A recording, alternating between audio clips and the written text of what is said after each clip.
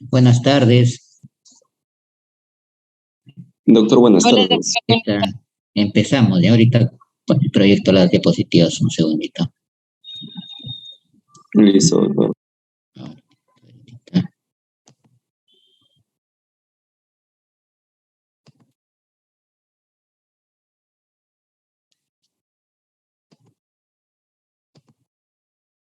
Ya la primera clase que vamos a ver son crisis hiperglicémicas. Recording in progress.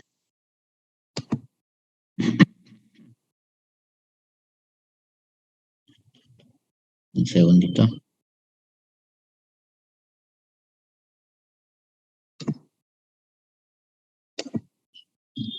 Bien, entonces, esta primera clase vamos a tratar los que son las crisis hiperglicémicas.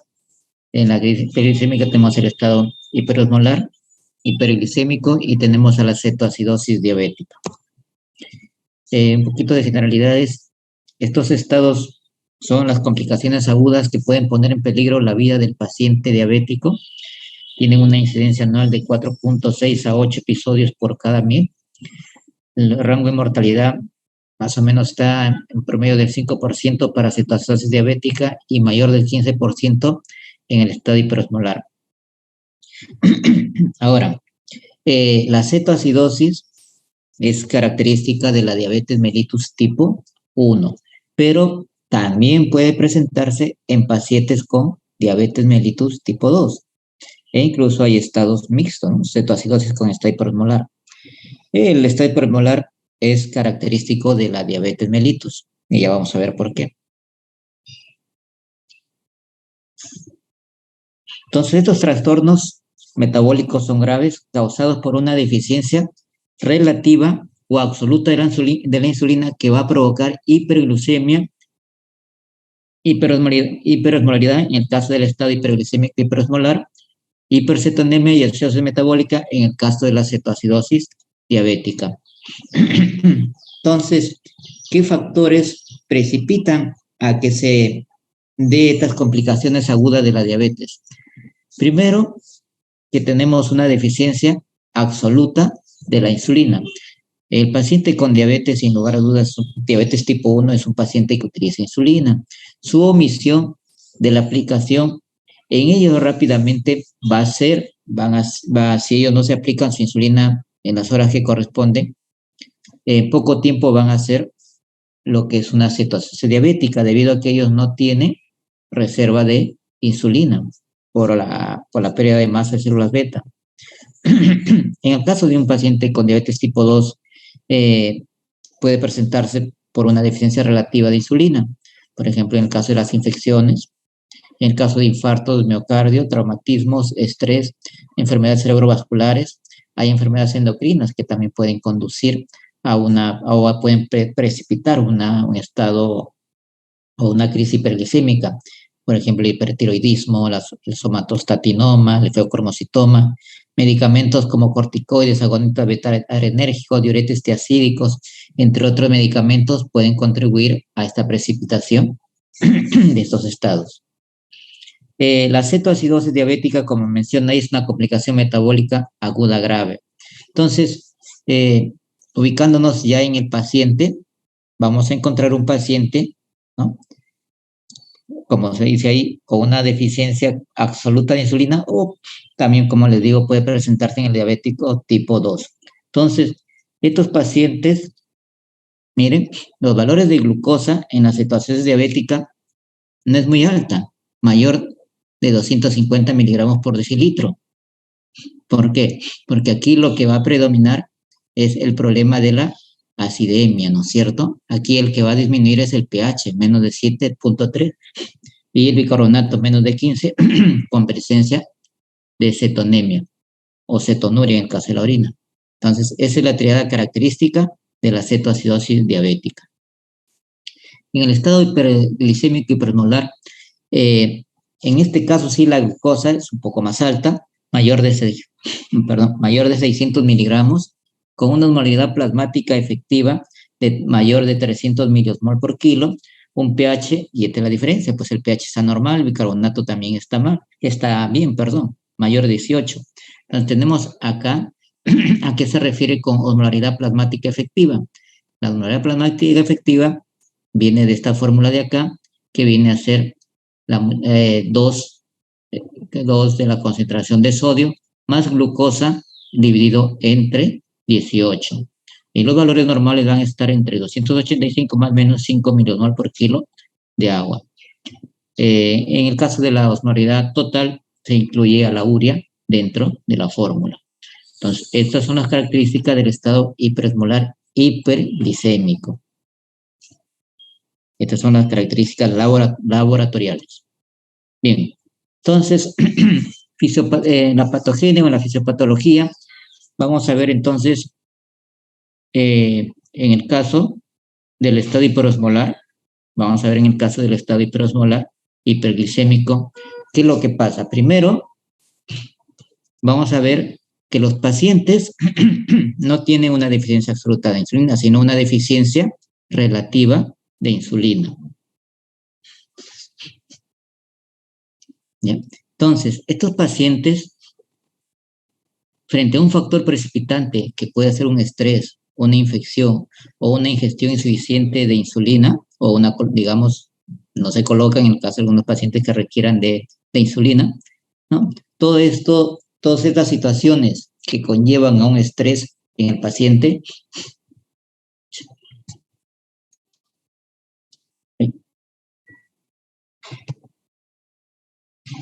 deme un segundito, ¿ya? Un segundito. Ok.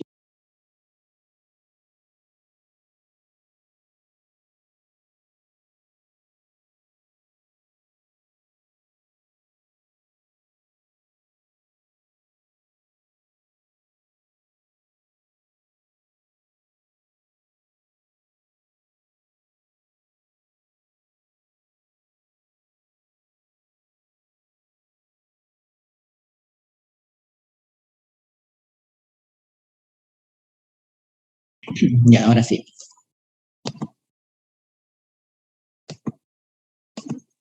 Entonces les decía, en estos pacientes que tienen su factor precipitante, un estrés, va a conducir que este estrés genere aumento de las hormonas contrarreguladoras o las hormonas del estrés.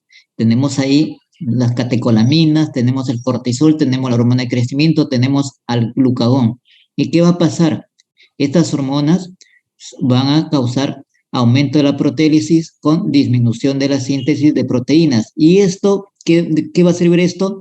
Va a servir como sustratos gluconeogénicos, o sea, va a aumentar los sustratos gluconeogénicos, por tanto, va a haber mayor gluconeogénesis, ¿ya? Por esta deficiencia de relativa insulina, entonces va a estar aumentado también la glucogenólisis, ¿ya? Entonces estamos en un estado de hiperglicemia. Ahora, ¿por qué no se produce la cetogénesis en estos pacientes con estado hiperosmolar hiperglicémico?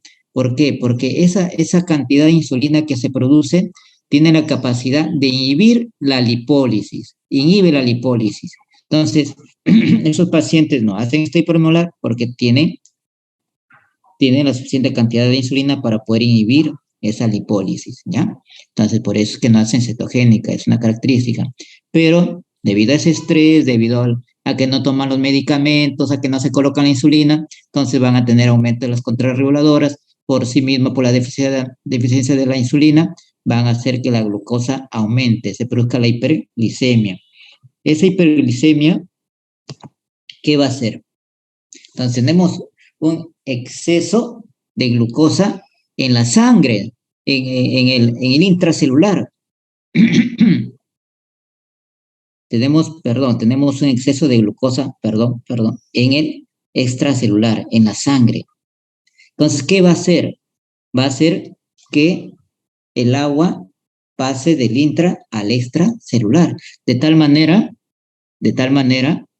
que ese exceso de agua se va a eliminar, va a hacer que se elimine por la orina y se produzca la diuresis osmótica, o sea, se elimina agua y se elimina orina. Entonces, ¿qué va a pasar? Además de eso, la glucosa va acompañada de sodio, agua, electrolitos y agua, no se va a perder, o sea, se va a producir diuresis osmótica.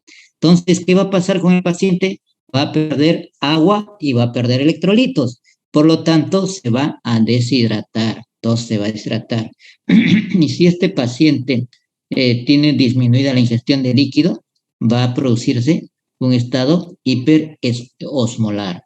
Eso puede llevar, esta deshidratación puede llevar a un compromiso renal agudo, ¿no es cierto? Este compromiso renal agudo, que no puede eliminar adecuadamente la glucosa, vuelve a producir más hiperglicemia y hace un círculo vicioso, ¿ya? De tal manera que termina produciéndose un estado hiperglicémico hiperosmolar. El paciente empieza a hacer signo de hidratación severa, sopor, coma y todos los síntomas que tienen que ver con el estado hiperosmolar. Ahora, ¿qué pasa? Perdón, eso ya pasamos. ¿Qué pasa en el estado de cetoacidosis diabética? Entonces, ¿por dónde empezamos en la cetoacidosis diabética? Por el factor que es el estrés, la infección, ingestión y insuficiencia de insulina, conlleva un aumento igual de la proteólisis y aumento de los sustratos gluconeogénicos. Pero, como este paciente tiene deficiencia absoluta de insulina y no se coloca su insulina, va a hacer que se produzca aumento de la lipólisis. Entonces, aumento de la lipólisis. De la mano con la hiperglucemia, va la lipólisis, ¿no es cierto? Entonces va sucediendo un hecho y va sucediendo el otro hecho. Por un lado tenemos, y eso es importante para después ver en los síntomas que va a presentar el paciente. Entonces, por acá se empieza a aumentar los niveles de glucosa, hiperglicemia, pero por acá a la vez se produce la lipólisis, la que va a producir aumento de los ácidos grasos libres en el hígado, aumenta la cetogénesis. Este aumento de la cetogénesis, que trata de ser compensado con las reservas alcalinas, termina produciendo un estado cetoacidótico, ¿ya? Entonces termina produciéndose el estado cetoacidótico. Y por acá, además, paralelo, digamos, a esto, se está produciendo la glucosuria con diuresis osmótica, la pérdida de agua, la deshidratación y el deterioro de la función renal. ¿Por qué no se incluye al estado hiperosmolar? ¿Por qué? Porque el paciente ya empieza a tener síntomas de cetoacidosis. Entonces el paciente ya empieza a producir cetoacidosis. Por eso es que vamos a ver que en el estado hiperosmolar va a haber mayor deshidratación que en el estado cetoacidótico. ¿Por qué? Porque la acidosis nos va a dar otros síntomas, y esos síntomas son con los que el paciente va a llegar a la emergencia o va a llegar a la consulta. Y eso nos hace diferenciar, nos ayuda también clínicamente a diferenciar entre un estado hiperosmolar y un estado cetoacidótico. Entonces, en el diagnóstico, miren en este cuadro clínico, ya les había mencionado, la cetoacidosis, el tiempo de enfermedad es corto. ¿Por qué? Porque el paciente empieza ya a tener síntomas de acidosis metabólica. En cambio, acá el estado hiperosmolar, pasan días, el paciente está que se deshidrata, en vez de tomar líquido, empieza a tomar gaseosa, más estado hiperglucémico, más orina, el paciente es que se le antoja tomar su gaseosa, su agua azucarada, y eso hace que el paciente siga deshidratándose, pero como está todo ingiriendo líquido, muchas veces el paciente ingiere líquido, agua azucarada, pero está ingiriendo líquido. Entonces esa hidratación se va, digamos, produciéndose lentamente. Síntomas característicos en ambos, ¿no? Va a haber poliuria, polidixia, polifagia, disminución de peso, debilidad, alteración del sensorio. Pero una de las características de la cetoacidosis diabética es esto: el paciente empieza a presentar náuseas, sensación de náuseas, vómitos, dolor abdominal. El paciente llega porque tiene dolor abdominal. Entonces, ¿el paciente utiliza insulina? Sí, hay que tener cuidado, no hay que confundir con un abdomen quirúrgico. Entonces, ese dolor abdominal es por un estado cetoacidótico. El paciente puede llegar con una deshidratación leve a moderada, pero ya está acidótico. Y ya no te llega con signos de deshidratación marcada, sino te llega con las náuseas, con los vómitos, con dolor abdominal. Síntomas que son específicos de la cetoacidosis diabética. Otros signos, bueno, de taquicardia, hipotensión arterial, alteración del estado mental. Otra característica de la cetoacidosis es la respiración de Kussmaul, que también puede también puede verse, y hay pacientes que tienen mayor compromiso, gastritis hemorrágica, como ahí se menciona, ¿no? En el estadio pulmonar sí hay mayor dishidratación. ¿Cómo se definen o cuáles son los criterios diagnósticos de estos estados? Tenemos en el caso del estado hiperosmolar hiperglicémico, tenemos que la glucosa, tenemos un valor mayor de 600, con un pH arterial mayor a 7.30, un bicarbonato mayor de 18, cetonas en orina. Algunos mencionan que puede haber cetonas, pero a lo mucho una cruz si queremos ver cetonas en orina. Puede haber, pero es a lo mucho una cruz, como le digo. En el caso de la osmolaridad sí va a estar alto, va a estar mayor de 320 milimol por kilo. Anión GAC menos de 12, puede haber estupor, puede estar en estado de coma el paciente. En el caso de la cetoacidosis diabética, esto sí se clasifica en varios grados, leve, moderado y severo. Todos tienen más o menos una glucosa mayor a 250, pero el pH, por ejemplo, casi nos ayuda a definir el estado de severidad de la cetoacidosis. Si tenemos un pH de 7.730, se considera que es una acidosis leve.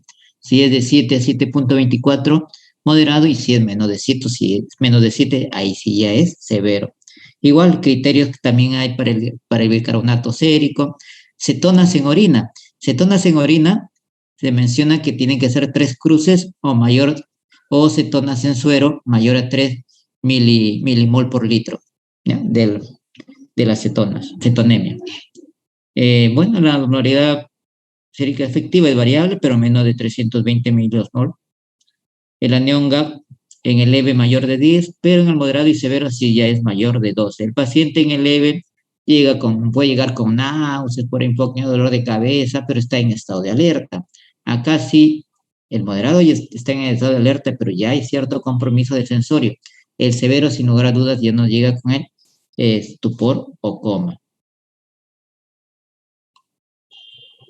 Esto de aquí es un enfoque inicial de un paciente con sospecha de cetoacidosis. Ahora hay tipo glucómetros, ¿no? Que nos pueden ayudar a medir la cetonemia, ¿no? Nos pueden calcular la cetonemia. O si no, hay tiradas reactivas donde nos pueden marcar la cetonuria. Entonces, el paciente diabético tipo 1, muchos pacientes tipo 1 suelen tener o bien sus tiradas reactivas o bien su equipo medidor de cetonemia, ¿no? Que son parecidos, similar al glucómetro. Entonces, en base a eso, si un paciente tiene la glucosa mayor, podemos hacer un enfoque inicial de sospecha de cetoacidosis. Glucemia mayor a 250, determinación de la cetonemia o cetonuria. Si es negativa, pues estamos frente a una hiperglucemia simple, ¿no? 250, 300, no se amerita su insulina, y alta su CAS. Pero si tenemos cetonemia o cetonuria positiva, como les digo, mayor de 3 milimol por litro, vamos a medir el equilibrio ácido-base. Y de acuerdo al equilibrio ácido-base, vamos a ver si en el caso de que tenga un pH mayor de 7.3, un bicarbonato mayor de 15, estamos hablando de una cetosis simple, una cetosis que no nos ha llevado a una acidosis metabólica. Entonces, igual se le deja indicado su insulina, ¿no? Y se le puede dar de alta. Pero si hay un estado de acidosis metabólica, entonces en ese caso sí se ingresa al paciente para el manejo en el hospital. Este esquema también es interesante para los pacientes, sobre todo diabetes tipo 1. Factores que precipitan la cetoacidosis diabética: el déficit de insulina, ¿no es cierto? Omisión de dosis de insulina, mal funcionamiento de la terapia con las bombas de insulina, debut de la diabetes tipo 1, pero también se ha visto que la diabetes tipo 2 también puede producir estado de cetoacidosis diabética. Ustedes cuando vayan a la práctica clínica o en el internado, en el serum, van a ver que hay pacientes con diabetes tipo 2 que tienen cetoacidosis diabética. ¿Pero por qué? Se supone que estos pacientes tienen insulina. No es como el paciente diabético tipo 1 que prácticamente tiene una incidencia absoluta de insulina. Lo que pasa es que estos pacientes, la mayoría de ellos, un buen porcentaje, tienen una obesidad bien marcada, incluso mórbida. Entonces, tienen una gran cantidad de grasa, de tal manera que la cantidad de insulina que ellos tienen es prácticamente deficiente de tal manera que esta insulina endógena que tienen no pueden cubrir la cantidad de lípidos que tiene su cuerpo, de grasa acumulada a su cuerpo. Entonces empiezan a liberar ácidos grasos libres, empieza a haber ácidos grasos libres de los lípidos acumulados, ¿no? ¿No es cierto? De los triglicéridos que se ha acumulado en su tejido adiposo, entonces empieza a liberar. Entonces estos ácidos grasos libres no pueden ser compensados y empieza a producirse cuerpos cetónicos, ¿no? Empieza a producir cuerpos cetónicos de tal manera que las reservas alcalinas se agotan y termina produciendo un estado acidótico. Como estos pacientes continúan tomando su gaseosa, continúan comiendo harinas y todo eso, y terminan haciendo un estado hiperglicémico, perdón, terminan haciendo una cetoacidosis diabética, ¿no? Entonces, una de las características del paciente que tiene diabetes tipo 2 y que debuta con cetoacidosis diabética.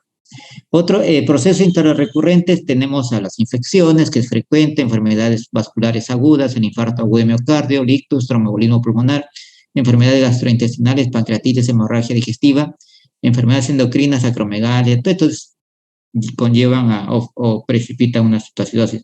El consumo de cocaína, antipsicóticos, corticoides, inmunosupresores, inhibidores de la CGLT2, también se ha visto que puede haber riesgo de cetoacidosis diabética. Tenemos acá lo que son los factores precipitantes del estado hipermolar, casi similar, las infecciones, los eventos cardiovasculares, los traumatismos, los pancreatitis, las enfermedades endocrinas, los medicamentos, igual, los medicamentos que favorecen a la deshidratación, si el paciente está utilizando diuréticos, por ejemplo, un paciente con edema en miembros inferiores, que a veces le dejamos indicado un diurético. Factores que aumentan la molaridad plasmática también tienen que ver con el estado hipermolar hiperglicémico. Entonces, ya en base ya tenemos un paciente, puede ser un paciente nuevo o puede ser un paciente recurrente, puede ser un paciente debut, o sea, un nuevo, o un paciente que ya tiene diabetes anterior. Entonces, si ya sabemos que el paciente tiene diabetes y ya nos dan la referencia de diabetes, pues es más fácil, pues, ¿no? Vemos en base a los criterios. Tiene síntomas de deshidratación moderada, severa, ¿no es cierto? O es un paciente que utiliza insulina, o un diabetes tipo 1. Entonces, en base a eso, vemos los criterios diagnósticos de una crisis hiperglicémica y podemos ver si necesita un tratamiento para este tipo de problemas. Ahora, estos pacientes necesariamente se les tiene que pedir sus exámenes que corresponden, ¿no? Tenemos entre ellos su glucosa de base, ya una glucosa venosa, su urea, su creatinina para ver el estado de riñón, sus electrolitos séricos, su radioreceptora, su electrocardiograma, examen completo de orina. Muchas personas tienen problemas de infección de orina y eso es que les puede precipitar una crisis hiperglicémica, el hemograma completo, que también nos ayuda para definir algún estado infeccioso. Factores desencadenantes que ya habíamos visto. En el diagnóstico diferencial, no todos los pacientes con cetoacidosis tienen cetoacidosis diabética. Tenemos cetosis por inanición y la cetosis alcohólica se distinguen por la historia clínica y valores variables de glicemia desde hipoglicemia hasta levemente elevado, raramente mayor de 200. Justamente acá tenemos una tabla. Tenemos aquí en esta tabla que nos ayuda. El estado cetoacidótico, cuáles son las características, que ya lo hemos mencionado, ¿no? La cetonemia, el dieto iónico, la osmolaridad, bueno, normal o aumentada. ¿Qué pasa en una cetoacidosis de ayuno? Paciente que hace huelga de hambre, ¿no? ¿Qué pasa con estos pacientes? Ellos hacen un estado de cetosis, Entonces, su glucemia va a estar normal, su glucosa, no va a haber glucosuria porque como no están comiendo, su mismo organismo produce sus reservas. Cetonemia sí. ¿Por qué cetonemia? ¿Por qué? Porque están generando energía de su tejido adiposo. Y ácido iónico también va a estar alto. Osmolaridad normal. pH también va a estar normal. ¿Ya? Entonces, es una característica de una cetosis de ayuno. En el caso de la cetoacidosis alcohólica, vamos a ver cetonemia, sí va a haber, y ácido iónico también, osmolaridad normal, la glucemia puede estar normal e incluso baja, el pH puede estar más o menos en valores aceptables, pero de todas maneras, la diferencia es que la glucosa está normal o aumentada. Acidosis láctica, miren cómo está la glucemia, también está normal, el hiato iónico está normal, es la característica. Tenemos la intoxicación por metanol, que a veces se dan en esos casos, por el alcohol que venden, ¿no? Tenemos acá la cetonemia, en este caso va a estar normal, ¿ya? Y la glucemia normal. El resto de parámetros sí van a estar alterados. Entonces, esta tablita nos ayuda a hacer el diagnóstico diferencial de la cetoacidosis diabética. Bien, ahora veamos el tratamiento. Entonces, el enfoque del tratamiento tiene sus objetivos.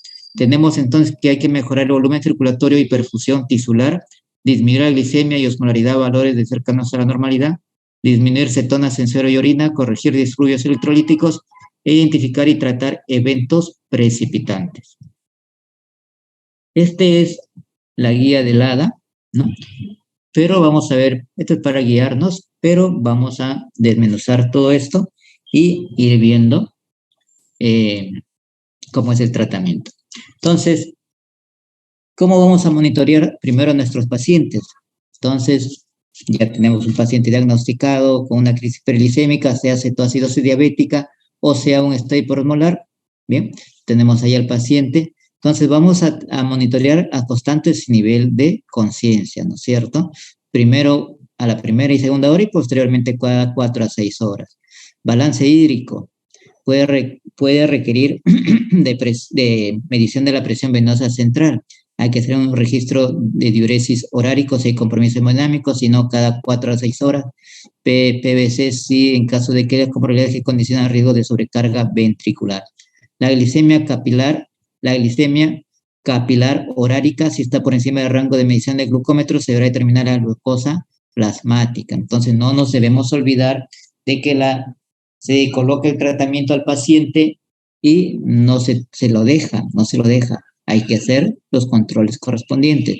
Potasio se mide cada 2 horas hasta su estabilización, luego cada 4 a 6 horas.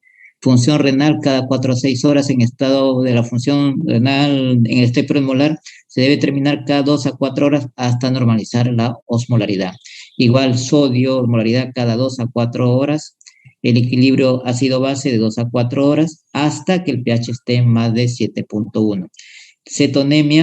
Cetonuria también se tiene que monitorizar.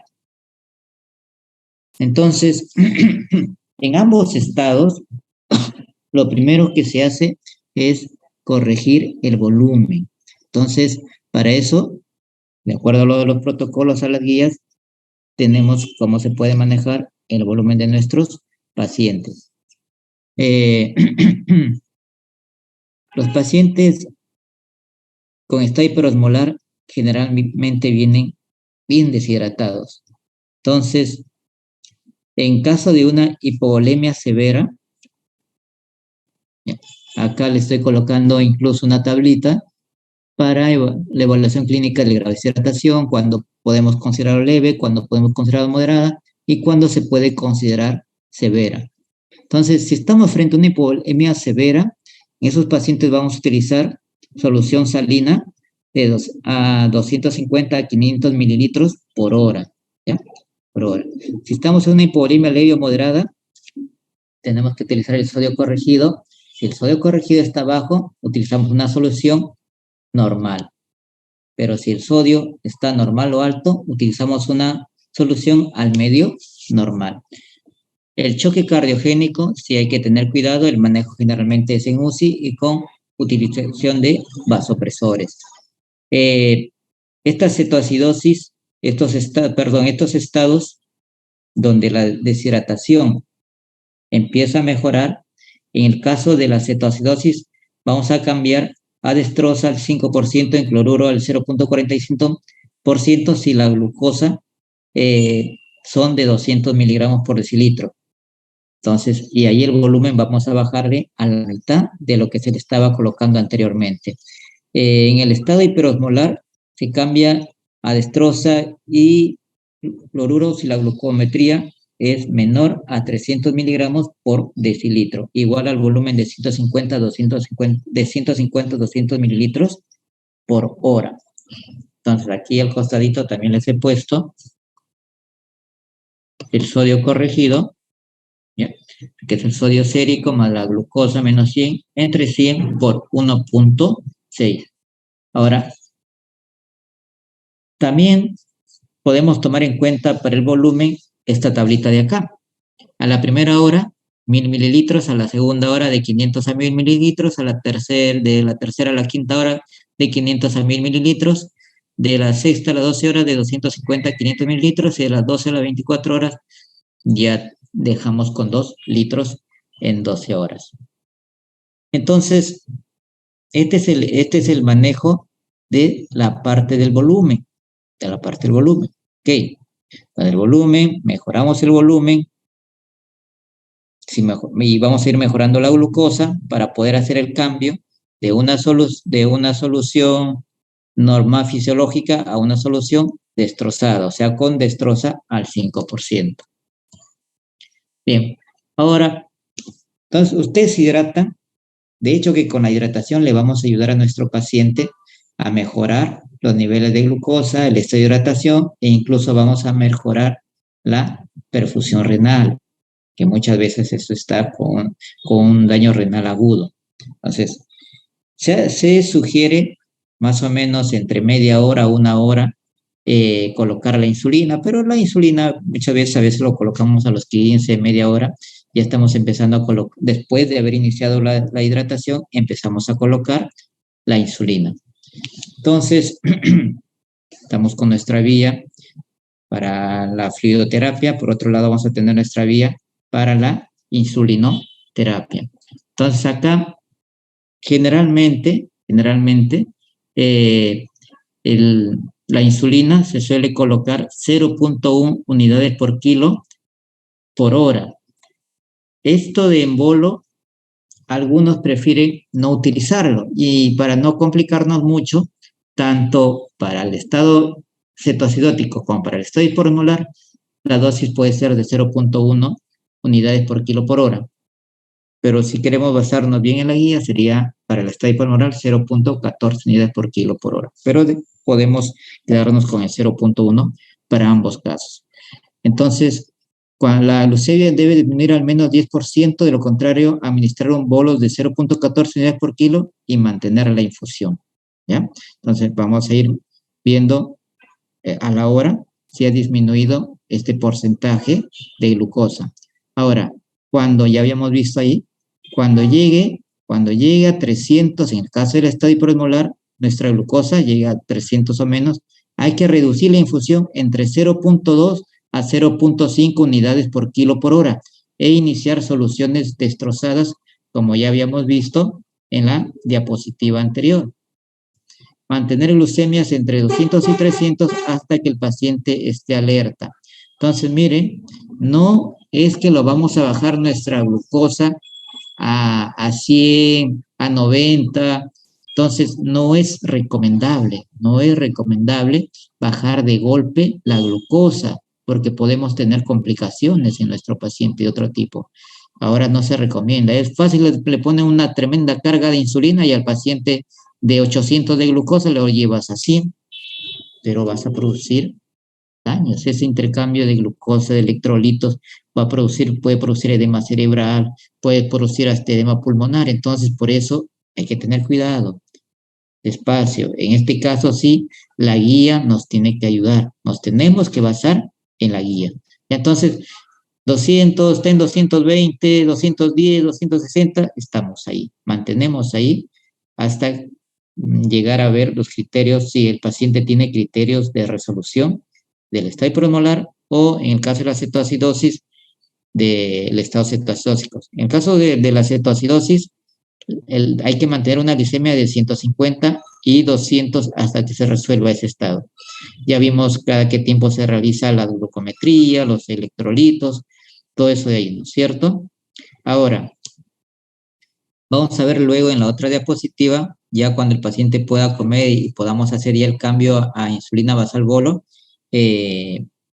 ¿cómo se va a hacer eso? Lo vemos en la otra diapositiva. Bien, ¿qué otro problema puede tener nuestro paciente que tiene una crisis hiperglicémica? Puede haber problemas de electrolitos como el potasio sérico. Entonces, esto también es importante para el manejo de potasio en nuestro paciente. Entonces, siempre hay que tener en cuenta en el potasio lo que es el gasto urinario, tiene que ser mínimo de 50 mililitros por hora, ¿ya? Eso es importante. Entonces, bien, hay que medir el potasio. Hay otra forma que podemos en nuestro paciente ver cómo está el comportamiento del potasio. Y eso es a través de lo que es el electrocardiograma. Entonces, el electrocardiograma, yo les digo esto porque en zonas de un centro de salud o en zonas alejadas que a veces no se cuenta con este tipo de equipos, no podemos medir el potasio, entonces, pero sí, la mayoría de centros de salud cuentan con su electrocardiograma. Entonces, nos puede ayudar y nos puede mostrar el electrocardiograma cuando podemos estar en un estado de hipopotasemia, cuando estamos en un estado de potasio normal o cuando estamos en un estado de hiperpotasemia, como acá como se muestra en la figura, ¿no? Una T picuda, una T plana y normal, la curva característica de la onda T. Entonces acá tenemos, si es menos de 3.3 miliequivalentes, ¿qué vamos a hacer? Si está utilizando insulina, entonces tenemos que suspenderle, porque ya sabemos que la insulina mete potasio y eso va a hacer que siga disminuyendo el potasio del extracelular. Entonces, en este caso se va a administrar 20 a 30 mil equivalentes de potasio hasta que suba 3.3 mil equivalentes por litro, ¿ya? Entonces, se administra la ampolla de potasio. Si está en valores dentro del normal de 3.3 a 5.2, entonces, ¿qué vamos a hacer? En ese caso, vamos a administrar 20 a 30 mil equivalentes de potasio por litro de fluidos. O sea, por cada litro de fluido que tengamos, ahí mismo le vamos a colocar la ampollita de potasio y vamos a mantener el potasio entre 4 a 5 mil equivalentes por litro. Si está mayor de 5.2, hay que suspender o no administrar por potasio y a las 2 horas vamos a volver a evaluar. Entonces, esto se llama las reglas de oro del potasio. ¿Cuándo vamos a dar potasio? Cuando la diuresis sea de 0.5 a 1 mililitro por kilo por hora. Que la velocidad de infusión no aumente a más de 40 miliequivalentes por hora y que la concentración no sea más de 60 miliequivalentes por litro. El bicarbonato, se coloca siempre y cuando el pH sea menor a 6.9. Si estamos en un pH de 7, de 7.1, no es aconsejable o no se debe administrar bicarbonato. Si es menor de 6.9, sí. 100 milimol de bicarbonato con 20 miliequivalentes de potasio en 400 mililitros de agua y pasar en 2 horas. Tal como dice ahí, lo mismo, ¿no? Que eso viene a ser igual a 2 ampollas de bicarbonato en 400 mililitros de agua y pasar en 2 horas. En esa tablita, ustedes pueden apreciar la concentración, por ejemplo, de la ampolla de calio, cuánto de potasio contiene, cuál es el volumen de la ampollita, del cloruro de potasio, el 14.9%, cuánto de potasio tiene, la ampolla de hipersodio, cuánto de sodio tiene, y así lo que se necesita para poder calcular de acuerdo a los que nos indica la guía. Entonces, bien, nuestro paciente ya está mejor, ya vemos que está mejorando, el sensorio ha mejorado, lo que es el estado de hidratación. Entonces vamos a ver cuáles son los criterios para una transición a la insulina subcutánea. Entonces, pacientes con cetoacidosis estable deben ser tratados con insulina endovenosa continua hasta que la crisis esté resuelta. Resolución. ¿Cuándo se considera resolución de la cetoacidosis diabética? Cuando la glucosa es menos de 200 miligramos por decilitro, más 2 de los siguientes criterios. Que el bicarbonato ya esté más o igual a 15 mil equivalentes por litro, o un pH mayor a 7.3, o un anión GAC menor o igual a 12 mil equivalentes. La glucosa menos de 200 más 2 de estos criterios. Y la resolución del estado hiperosmolar, osmolaridad normal y estado mental normal. Entonces, cuando esto ya ocurre, podemos pasar a insulina subcutánea. Entonces, para evitar la recurrencia del estado hiperosmolar o cetoacidosis diabética durante la transición, hay que superponer de 1 a 2 horas entre la suspensión de la vía endovenosa y el inicio de la subcutánea. ¿Y esto por qué pasa? ¿Qué pasa? Que a veces el paciente tiene 120, 100 de glucosa, está con su bomba de infusión de insulina, está con la bomba de infusión de insulina, y de repente el paciente hace 100 de glucosa. Entonces, ¿qué decimos nosotros? No, hay que suspenderle la insulina. Agarra, le suspende, de golpe se suspende la insulina, ¿no? El paciente está que se recupera recién. Va a ser en menos de 1 hora ese paciente va a volver a hacer una hiperglucemia. No sabemos el valor, pero puede ser valores altos. Entonces, no es así el manejo. No es que yo suspendo de golpe la insulina. No, porque el paciente puede volver a subir los niveles de glucosa. Por eso es que damos soluciones destrozadas, ¿no es cierto? O destroza al medio normal. Destroza de 5% 500 mililitros con 500 mililitros de cloruro de sodio.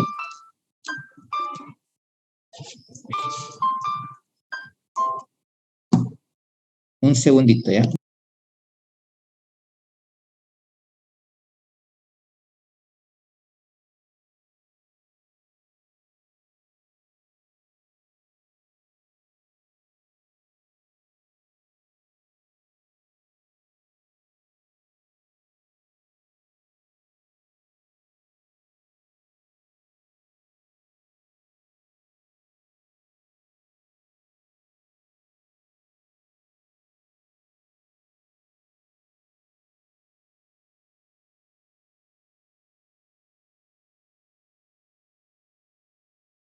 Entonces, por eso es que utilizamos esas soluciones. Y ya cuando tenemos la transición a insulina, ahí podemos ya suspender la insulina endovenosa, nos quedamos con la insulina subcutánea, suspendemos y como el paciente ya empezó su alimentación, ya se suspende este tipo de soluciones. Nos podemos quedar con soluciones ya, por ejemplo, serofisiológico, ¿no? Pero que el paciente ya empiece a tolerar el alimento.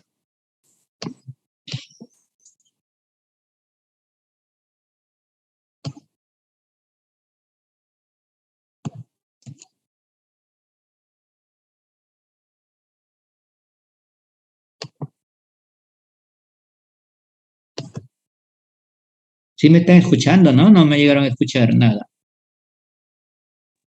Sí, doctor, lo escuchamos. Ya. Sí, doctor, lo escuchamos. Ya, eso.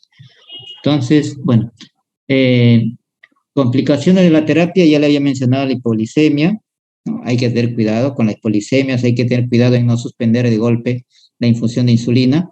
Hipocalemia, puede haber edema cerebral, ya habíamos visto por ese cambio brusco de electrolitos, un síndrome de estrés respiratorio, también puede haber, una acidosis metabólica hiperclorémica también puede existir. Esto es parte de la guía del Ministerio de Salud con respecto al manejo de la crisis hiperglicemia en el primer nivel de atención. Entonces, quería mencionarles esto porque es interesante, porque a veces en la actualidad nos encontramos con pacientes con crisis hiperglicémica en un centro de salud, en un hospital rural, cuando hacemos el SERUM, o en hospitales de nivel 1 o 2 o 1, si de 1 a centros médicos o a postas, y a veces estamos alejados de la ciudad donde haya un hospital que tenga por lo menos una unidad de emergencia con todos los equipos que se requieren. Entonces, ¿cuáles son las recomendaciones que hay para estos casos? Vamos a ver esta guía del MINSA también. En sí es una guía antigua, pero nos puede ayudar, nos puede ayudar. Entonces, sospecha clínica y bioquímica de descompensación aguda. Al menos hasta hace años atrás, todos los centros médicos estaban equipados por lo menos con su glucómetro. Todos los centros médicos, incluidos las postas de salud, tenían como mínimo, no sé ahora, pero por lo menos hace 10 años atrás existía todo eso. Desgraciadamente las políticas de salud cada vez están peor, así de sencillo. Tenían por lo menos su glucómetro, tenían su electrocardiograma. A nivel de centro de salud tenían sus bombas de infusión, pero a nivel de postas sí, no habían bombas de infusión. Pero vamos a ver qué se puede hacer para esos casos. Entonces, por lo menos se contaba con un equipo donde tú puedas actuar en una emergencia y puedas sacar tu paciente de una posta, de un puesto de salud, hacia un lugar de referencia. Entonces, siempre se ha tratado de mantener, cuando ustedes sean serumistas, van a ser geoserumistas o jefes o directores de centros de salud o hospitales rurales, siempre, el consejo que les doy es que tienen que tener su stock de emergencia. Y dentro del stock de emergencia está la insulina. Siempre hay que mantener por lo menos una insulina para casos de emergencia. Claro, hay pacientes que llevan su insulina, pero dentro del stock hay que siempre estar estoqueado en todas las emergencias que requiera la comunidad. Entonces, nosotros estamos en esa obligación como médico jefe o como médico incluso, de pedir de que eso esté equipado, para que a la hora de la hora a veces no hay ni abocada siquiera, catéter endovenoso, a veces no tenemos ni el catéter endovenoso. Eso no puede ser. La vía tiene que estar disponible. Los tipos de soluciones electrolíticas en nuestro centro de salud, en nuestro hospital, tiene que tener. Todo eso tiene que haber. Entonces, no nos descuidemos en el sentido. A veces sucede, nos descuidamos. Entonces, por eso que el MINSA en su guía siempre trata de incluir los manejos en el primer nivel de atención. Estas guías son interesantes, ¿no? Estas guías son interesantes porque nos pueden ayudar. Entonces, tenemos sospecha clínica y bioquímica de descompensación aguda de un paciente con diabetes. ¿Es posible la referencia inmediata? Salvo que el centro esté a 5, 10, 20 minutos. Bueno, excelente. Signo de descompensación. El paciente nos llega deshidratados. Entonces, tenemos que evaluar y nosotros tenemos que hacer el grado de deshidratación. Por eso que en esa diapositiva incluyo la tablita para evaluar el grado de deshidratación de los pacientes. ¿Cómo está el trastorno accesorio? Hay náuseas, hay vómitos, hay dolor abdominal, hay polimnia, cuerpos cetónicos. Siempre podemos tener nuestras tiras reactivas y podemos ver cómo está su orina de nuestro paciente, si hay cuerpos cetónicos. Nuestra glucosa, glicerina, nuestra glucosa sérica o capilar mayor de 300. Signos y síntomas que no puedan ser explicados por toda entidad nosológica. Entonces, todo esto nos puede hacer sospechar de una crisis periglicémica. De inmediato tenemos una glucosa alta, vamos a suspender los antidiabéticos orales. Lo primero, iniciar hidratación endovenosa con cloruro al 9 por mil, al 9 por mil, ¿ya? No es 9%, 9 por mil, ya 9 por mil, de 500, estaría, bueno, tiene errores de impresión, de 500 a 1000 mililitros por hora, o nos podemos guiar de la tabla que les he colocado. Entonces, podemos utilizar este esquema de bolo de insulina endovenosa, o podemos utilizar insulina subcutánea. También nos indican que puede utilizarse insulina subcutánea. Debido al apuro y a la emergencia, se puede utilizar la insulina subcutánea, pero lo primero es la hidratación. Sí o sí la hidratación. ¿Por qué? Porque a veces tenemos problemas con la vía subcutánea por la mala hidratación que tiene el paciente. Tenemos todo mal, estamos en estado mal. Por eso que hay que hidratarlo. Hidratarlo, mejoramos todo el estado del paciente, incluso la absorción a nivel subcutáneo puede mejorar y podemos indicar vía subcutánea. Ahora, quería hacerle mención de que también podemos trabajar con infusión de insulina. Pero si no tenemos una bomba de infusión, no vamos a poder manejar, ¿no es cierto? Pero para eso nosotros tenemos que pensar y ver cómo se puede hacer, ¿ya? Yo creo que esto de acá da para una pizarrita o no. O acá nomás en las diapositivas, para no complicarnos. Voy a abrir una diapositiva, ya un momentito. Entonces, si hablamos, ¿ven la diapositiva? Sí, ¿no? Sí, doctor, sí se ve. Doctor, Vamos. Ya, cualquier cosa me avisa nomás. Uy. Ya. ¿Qué nos dice la teoría? Más o menos debe ser 0.1, perdón, 0.1 unidad por kilo de peso, por hora, ¿no es cierto? ¿Cómo voy a preparar mi infusión?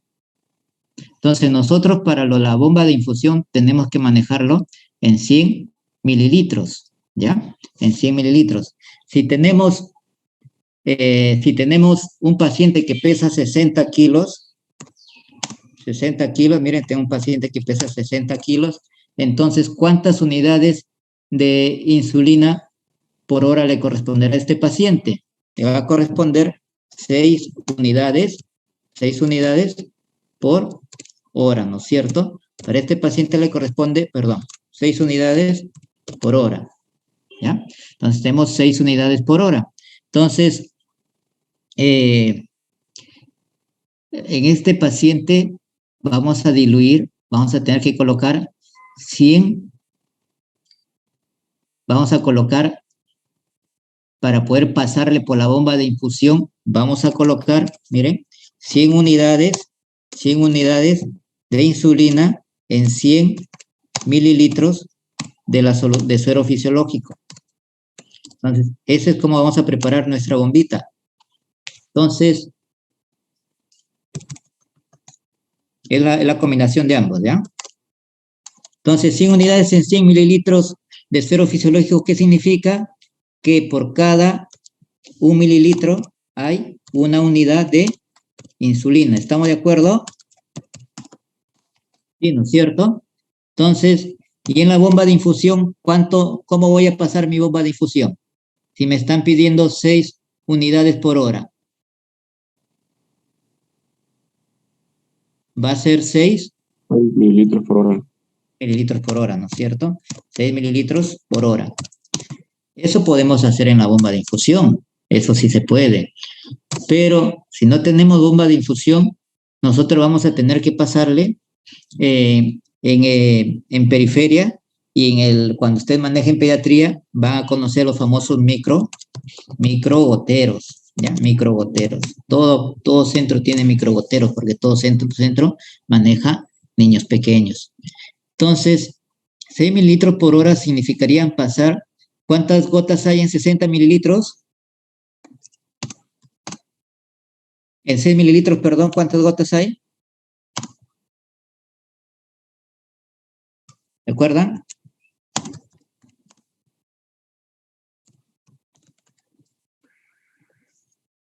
¿Está bien o no? Por cada mililitro hay 20 gotas, ¿no es cierto? Sí, Y doctor. tenemos una hora son 60 minutos, ¿no es cierto? O sea, ¿cuántas gotas por minuto debo pasar? Si quiero pasarlo así normal, con digamos 100 mililitros, pasarlo en una vía normal, en una vía de suero normal, tendríamos que pasar 2 gotas, ¿no? 2 gotas por minuto, 2 gotas por minuto. ¿Usted cree que la enfermera pueda contar 2 gotas por minuto? Sí, ¿Quién dijo sí? ¿Cómo? ¿Tú crees que se pueda contar 2 gotas por minuto? si se hace una razón de 2, doctor, simplemente. O sea, dando el conteo de los primeros 5 minutos se podría dar. Ya, ¿o no? pero es un poco Un difícil. poco tedioso, ¿no? Sí, pero Claro, de que se imagínate. puede, bueno. Claro, a ver, inténtalo cuando estés, cuando tengas tiempo y estés en el hospital, hazlo. Pero es muy difícil. Entonces, ¿cuál es la otra solución? Utilizar el microgotero. En una gota hay 3 microgotas, ¿ya? 3 microgotas y se pasa en microgotero. Entonces, en ese caso sería 6 microgotas por minuto. 6 microgotas por minuto. También es difícil.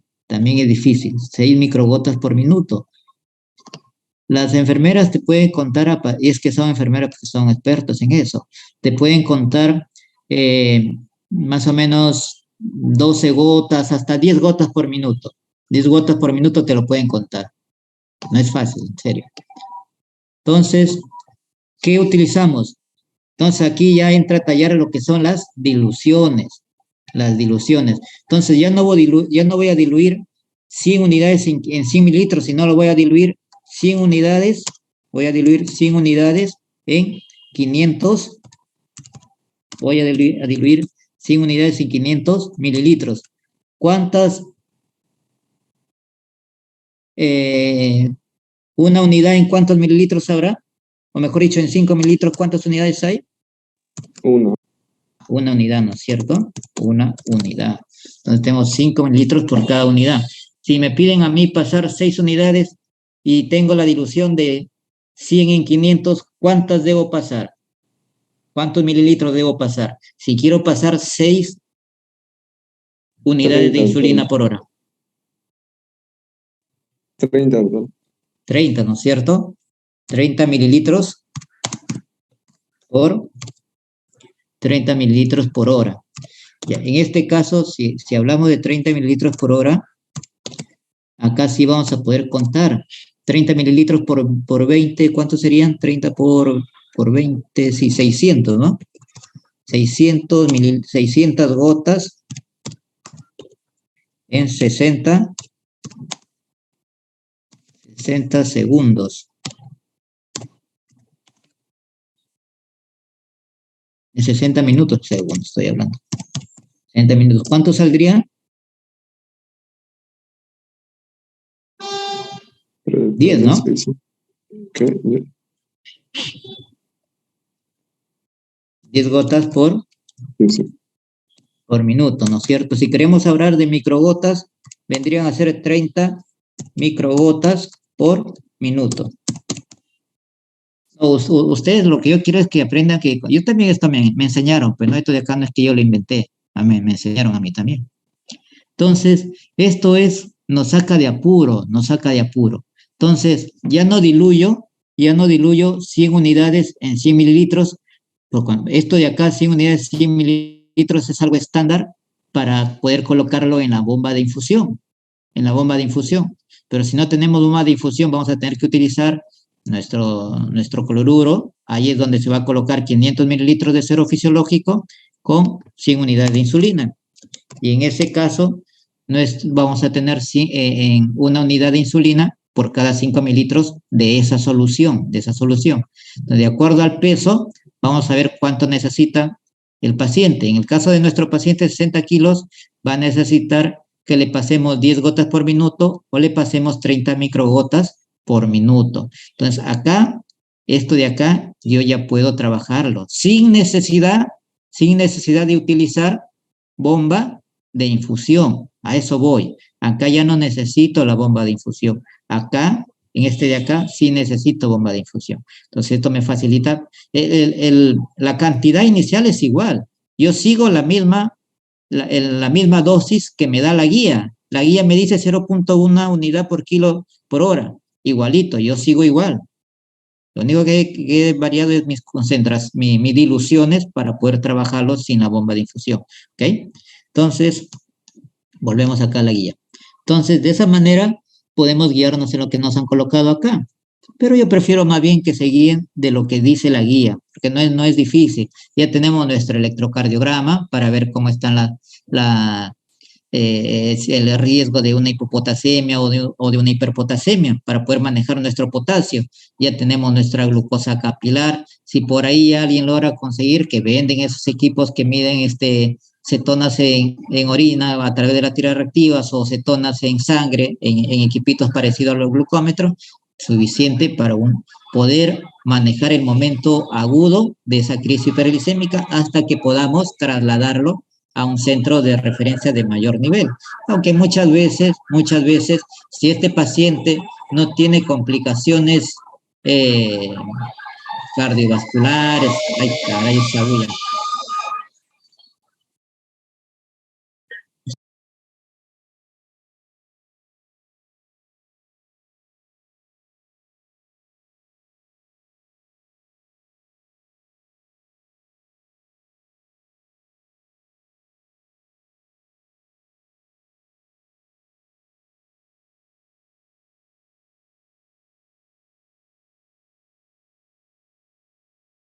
Ya pasó la ambulancia. Entonces, puede manejarlo como menciona acá. Ahora, también se puede utilizar, si no nos queremos complicar, podemos utilizar con análogos de insulina de acción corta, ¿no es cierto? Acá de preferencia, no nos compliquemos si podemos utilizarlo.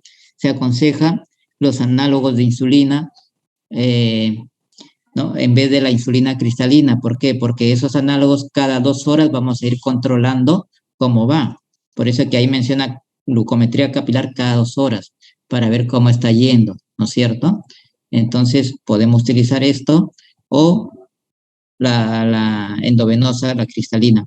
Entonces la dosis 0,3 unidades por kilo, máximo 10 unidades de esta insulina análoga a dosis única y glucometría capilar cada 2 horas. Entonces podemos jugar con esto de acá. También nos puede ayudar, pero hay que tener cuidado, pues, ¿no? De no complicarse. También el paciente nos puede complicar. Pero si el paciente no tiene comorbilidades, pues de que sea un paciente con insuficiencia cardíaca, con compromiso renal severo, con la hidratación, pues le estamos ayudando bastante. ¿Ya? Entonces, de todas maneras, le dejo ahí esta guía que les puede ayudar para el manejo a nivel de manejo de la crisis periglicémica a nivel del primer nivel de atención. ¿Alguna pregunta? Doctor, y en el caso, pues, no sé si en el caso, pues, en Serum estamos con un paciente y no tenemos insulina en nuestra posta, en nuestro lugar de servicio, solo tenemos metformina y glibenclamida, por ejemplo, nada más. Mira, ¿Cómo sería si tú me dices, pero que esté en un estado hiperosmolar, en un estado, una crisis hiperglicémica. Una cetoacidosis. En una cetoacidosis. Imagínate, tú le das metformina, le vas a incrementar con una acidosis láctica. Nada que ver. Tú le das glibenclamida, ¿de dónde le vas a sacar la insulina si ese paciente no tiene insulina? Tal vez si es que sea un paciente diabético tipo 2 puede ser, si es que es un diabetes tipo 2, tú le encuentras obeso, ese paciente es obeso con una tremenda cantosis, puede ser, y ahí le das pues bastante líquido, pues, ¿no? Teniendo cuidado que no vaya a hacer un edema pulmonar, ¿no?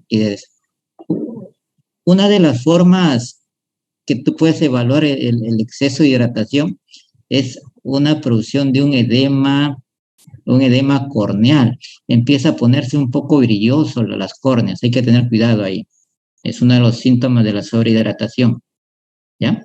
Entonces, la hidratación y si tienes la seguridad, por ejemplo, un paciente obeso, ¿no? Con acantosis, que me está indicando que tiene insulina, entonces en ese caso podría ser la glibenclamida, pero si es un paciente diabético tipo 1 que está delgado, primero, así no sea tipo 1, ¿ah? Pero que está delgado, que es un paciente delgado, que ha enflaquecido por la misma diabetes, sea 1, sea 2, entonces no le vas a ayudar mucho, se puede complicar. Ahí lo principal es la hidratación endovenosa. Lo hidrata, y va a mejorar el paciente, va a mejorar. La metformina no es aconsejable en este momento, ¿ya? La glibenclamida si es un paciente de diabetes tipo 2 y puede responder, sí. Pero te diré que muchas veces esos pacientes, en el paciente tipo 2 con estado hiperosmolar, su problema principal es la hidratación, la deshidratación. Tú lo hidratas, mejora, e incluso ahí se puede manejar con la glibenclamida y mejora. Pero si es un diabético tipo 1, ni hablar. Bueno, insulina sí o sí. Hidrátalo, el paciente se va a despertar y si ves que todavía está medio somnoliento, sin ganas de comer, de hecho que se refiere mejor, ¿no? No hay que complicarse ni complicarlo al paciente. Ok, entonces, doctor, sería la recomendación es hidratar y que vaya a otro Claro, lo primero centro de es, mayor resolución. exactamente, tú le pones su vía, tal como está indicado la hidratación a ese paciente y listo. Con eso le has ayudado un montón. Así de sencillo. Ok, doctor, gracias.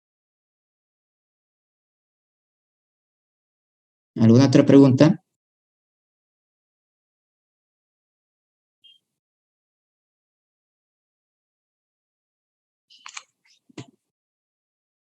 ¿Cuántas clases nos faltan?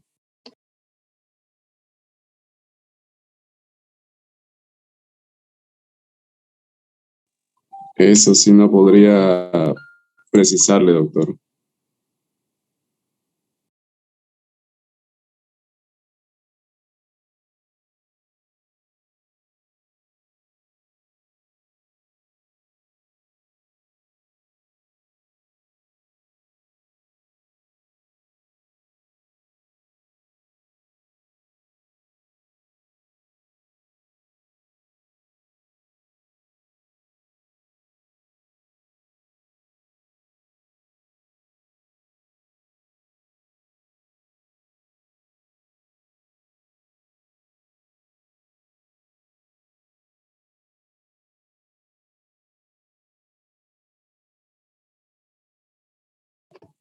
A ver, dice la clase de cuidado de la diabetes mellitus en situaciones especiales, ¿no?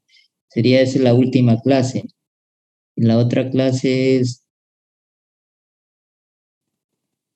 eh, tuberculosis, también tenemos la clase, ¿no? Tuberculosis y diabetes, cuidados y particularidades de la diabetes mellitus en el adulto mayor.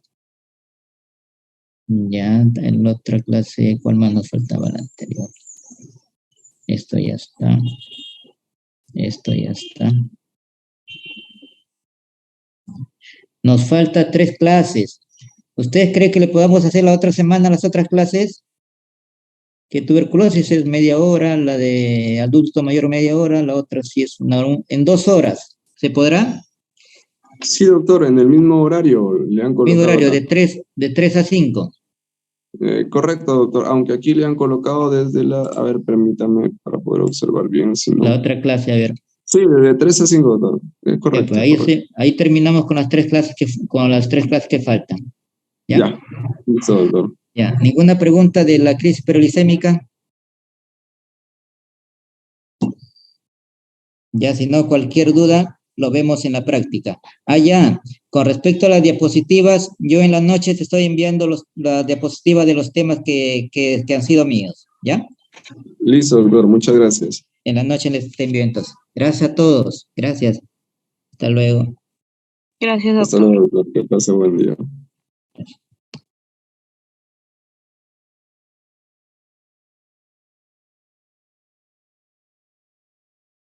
Recording stopped.